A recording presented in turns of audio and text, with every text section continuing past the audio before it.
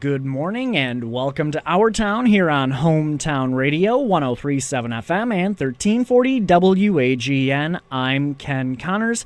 Well, after a busy and productive holiday season, the local Salvation Army chapter is showing no signs of slowing down.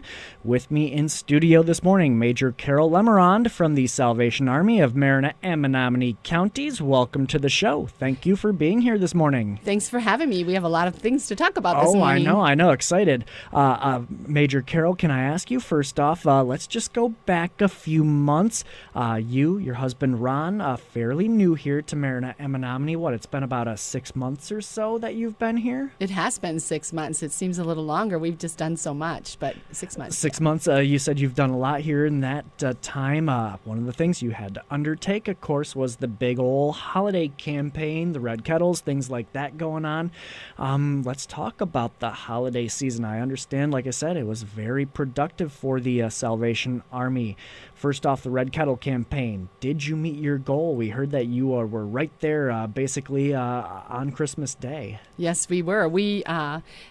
Our goal was 75,000, and we went to 81,000. So we just are so excited. And you also had other collections, donations that you were doing right around that time, too. So what was the grand total coming out of that holiday season? The grand total is 156,700 and a few pennies. Holy cow. I know, it's great. Definitely exceeding your goal then at that point. Our goal was 110,000. So we're just very excited. So it wasn't just Red Kettles too. You also do the mail-in donations, Correct. Things like that. Okay. Have you completed that fundraising for that holiday time yet? I know sometimes that stretch is a little bit past Christmas. I think we're getting a few checks in here and there, but pretty much I think it'll wind down probably in the next week or so. We usually say the last week in January, we can kind of say this is it and go on to the next events. Okay. If it was so successful this year, again, that was the biggest goal, at least that I had heard of for the Salvation Army during the holiday period, the Red Kettle campaign. What led to that success? Well, I think some of it is we've been on the radio a couple of times. We have a new computer program, internet-based, that people can go on and figure out where they want to do their ringing and what time. So I think that always helps, of course, Facebook and advertising. And I think people realize that, and it wasn't as cold this winter either. I think that made a big difference. But I think people realize what a joy it is, too, to be out there ringing bells. I know some people called back and said, I had so much fun, I want to do it again. You did say the online donations seemed to help. That was a new feature that you had this year for the Red Kettle campaign. That's correct. We had two things, actually. You could go online and adopt your own kettle, which we don't have all the results of that, and also there's a couple of stores that match whatever little tiny kettle was in their store, and those matches have not come back yet. So we could be pretty close to 82,000 by the time the fiscal year is over. And then you could also go online and register yourself to ring the bells, or your group or whatever, and decide your times and locations. So that was very helpful.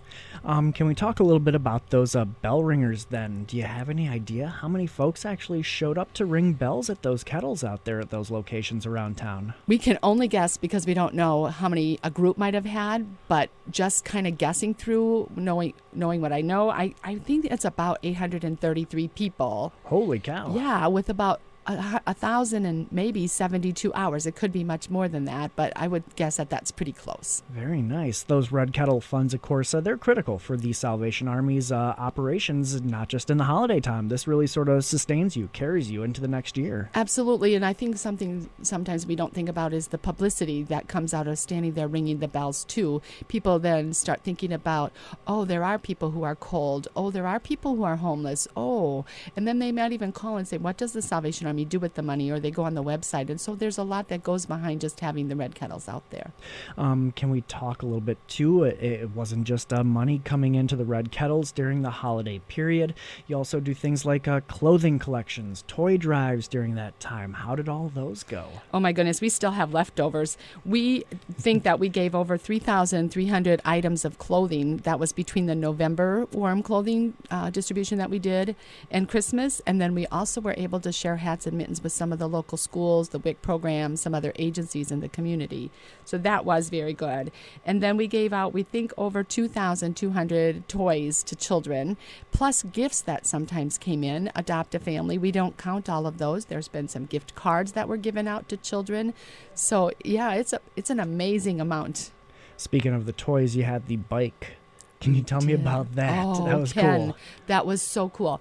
Aaron Tippin put the bike together. Huffy donated it. Aaron did it on his show and then gave it to Bay City Radios, and they hid it from us until December, the week of Christmas distribution. So that was pretty exciting to see that little red bike come in. So we thought about it, contemplated, and then we heard the story of a mom who is terminally ill and whose aunt is probably going to be overseeing, hopefully maybe getting the children for permanency. And the boys come a couple of times a week, and she said they just can't wait to get here and ride the bike around and around in the driveway. So what an exciting thing to have happen. That's great to hear. I was going to say, too, we talk about these figures that come in, how many pieces of clothing, all the dollars that come in through the Red Kettle campaign, but it's important to remember that is really going out there to help somebody. It's important to remember that face of all the people out there that the Salvation Army is helping. And speaking of that, if you like us on Facebook and go back in some of our pictures, there's a picture of a little boy that's 2 years old riding a horse that someone gave, that if you poked the ear, one of them, he did his neigh, and the other one, he did a galloping sound. And my husband would probably do it, but I'm not going to do that on radio. And so his mom said, she didn't care if we took his picture and put it on Facebook. And I wanted to do that because I want people to see the face of children. I want people to feel hugged by these children and thanked. And we've received several very nice thank you letters that are also on Facebook.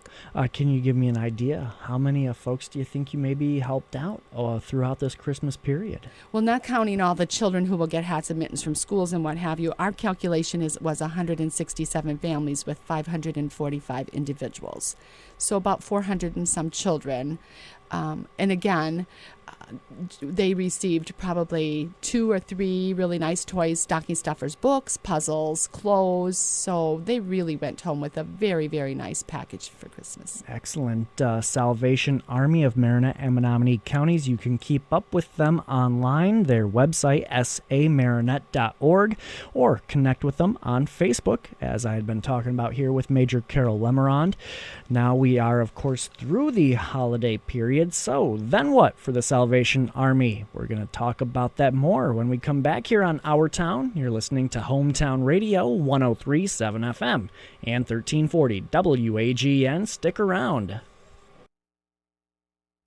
Welcome back to Our Town. I'm Ken Connors. I'm joined by Major Carol Lemerond with the Salvation Army of Marinette and Menominee counties. Salvation Army had a very productive, a great holiday season with their red kettles and all their other efforts like their clothing collections, their toy drives, things like that. We're going to talk a little bit more about what happens now after the holiday season. I did want to ask you, though, Carol, it sounds like there are a lot of things that the Salvation Army does during the holidays that people maybe don't necessarily know about or think about. What are some of those things that you do? I think one of the things that people don't realize so much is that we do visit every nursing home. There are 5 of them, at least in the close proximity of Marinette and Menominee. And we visit those folks and give them a little gift and a little time and sometimes a little sing-along program with Christmas carols. So that's another highlight for me during Christmas. And then we have little parties for the kids who come to our character building programs and those kinds of events. So, yeah, there's more behind it than we really can realize sometimes. So what are you working on now that Christmas time is over? Well, we're back to some of our programs, like now that we've had a successful Christmas, we can continue to give assistance in rent and utilities, and we've tried to bump that amount up a little bit. It used to be that people basically could only get $100, but we're trying to be a little more flexible with each event. So they can come once a year. We've had some calls this winter already of a couple people who needed furnaces replaced. We weren't able to necessarily do that, of course, but we were able to make some resources available, give them some opportunities to make some calls themselves. And hot water heater, again, we were just working with a gentleman yesterday who's going to receive some assistance from a couple agencies. So, and I think, again, it's important to realize that it's a collaboration effort in our community, and there are lots of agencies who want to work together on behalf of helping people. So that's a great thing. And then we have our meal program, and we changed it from the noon meal, to evening meals. So Monday, Tuesday, Thursday, Friday, from 4:30 to 5:15. If someone needs a meal, please come. It's free. We have volunteers who are helping in that. I know we're going to talk about volunteers in a little bit. But I think it's been really helpful for us to move it to the evening because we have some children who are coming with their parents after school. So again, sitting around the table to a nice, warm, nutritious meal is important to these folks.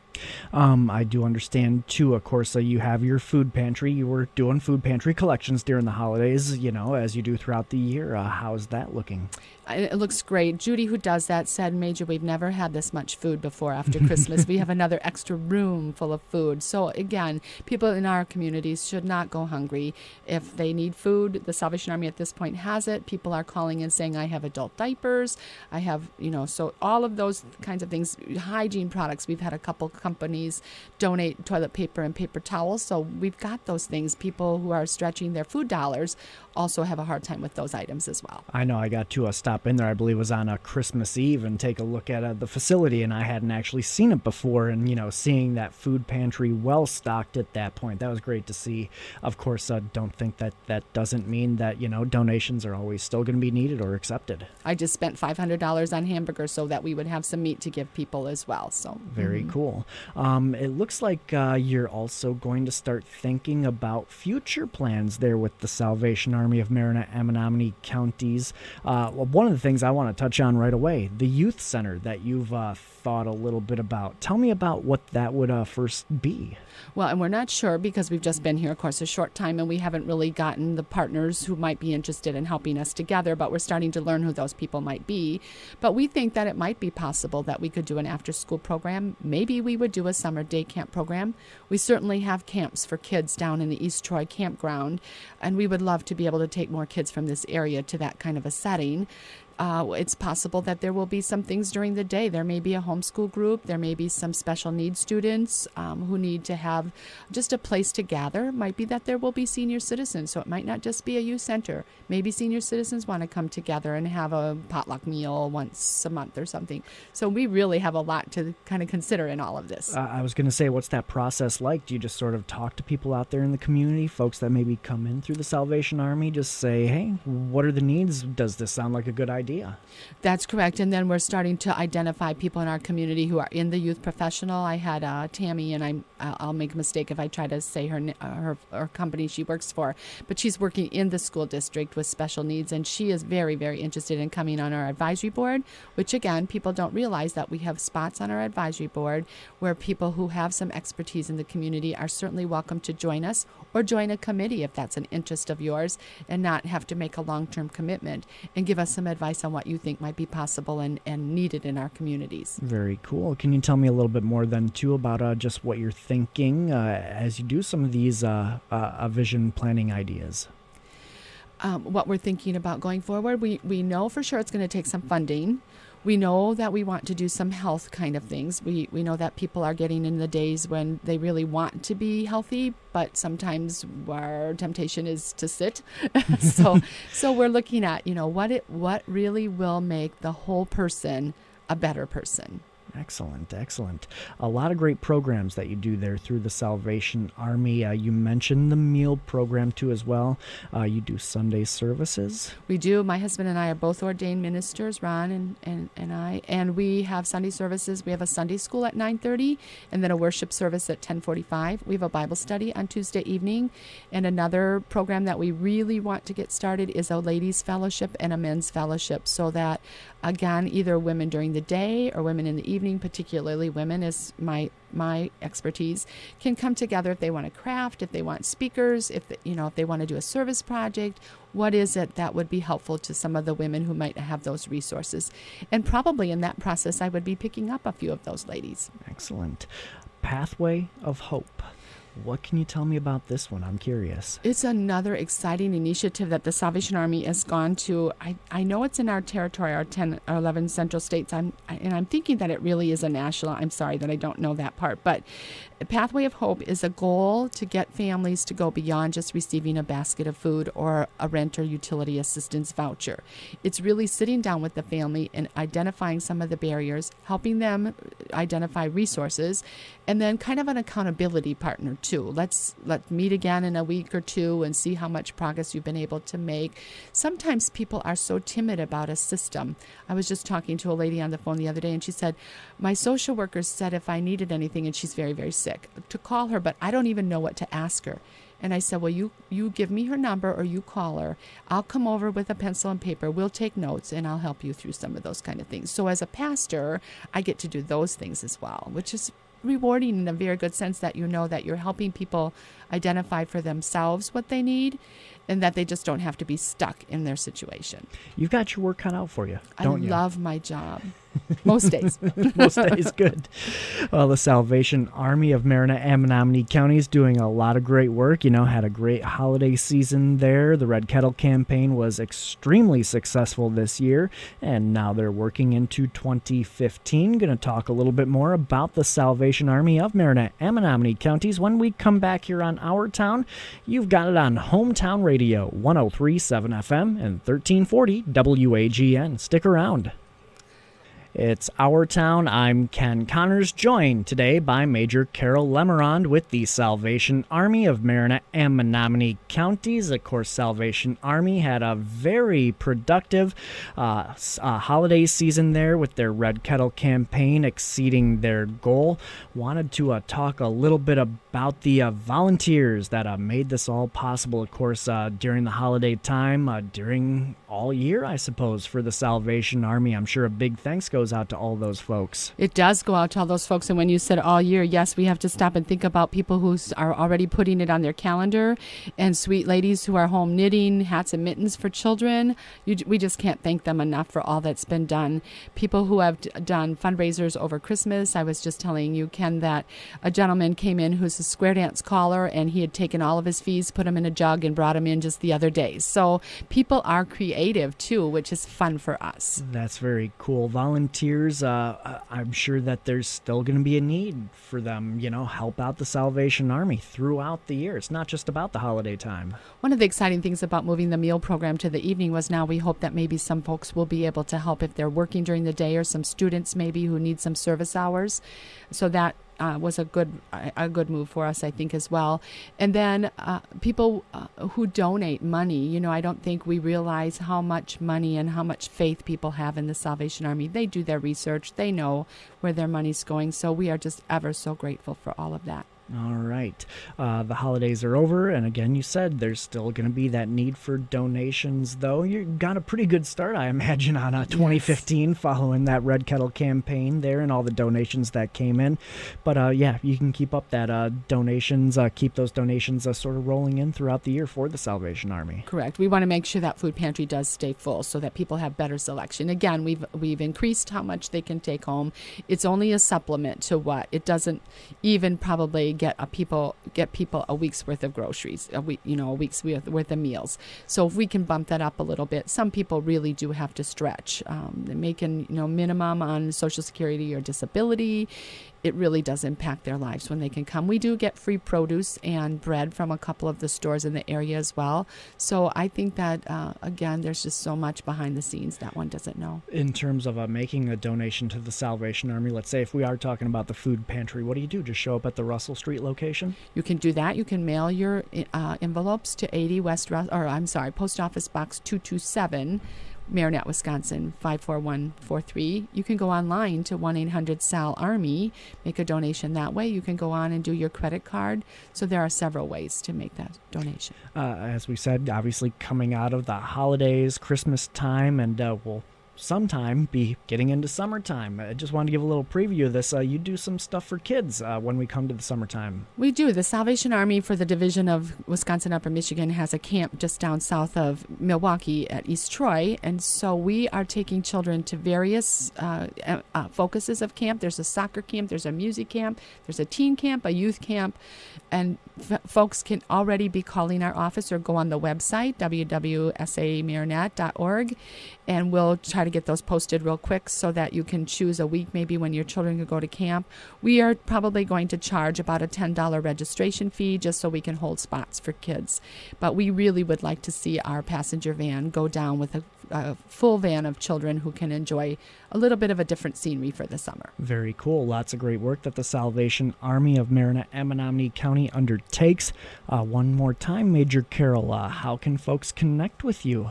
Call us at 715-735-7448 or go on our website or write me a message on our Facebook, and we'll certainly get right back to you. Very cool. Also, again, the Salvation Army of Marinette and Menominee Counties, their website, samarinette.org. Major Carol Lemerond with the Salvation Army of Marinette and Menominee Counties was my guest this morning. Thank you very much for coming in. Congratulations again on a very successful Christmas holiday season. And thank you to you in a very generous area to serve in. Again, you've been listening to Our Town here on Hometown Radio, 103.7 FM and 1340 WAGN. I'm Ken Connors. Be sure to tune in again next week. I'll see you then.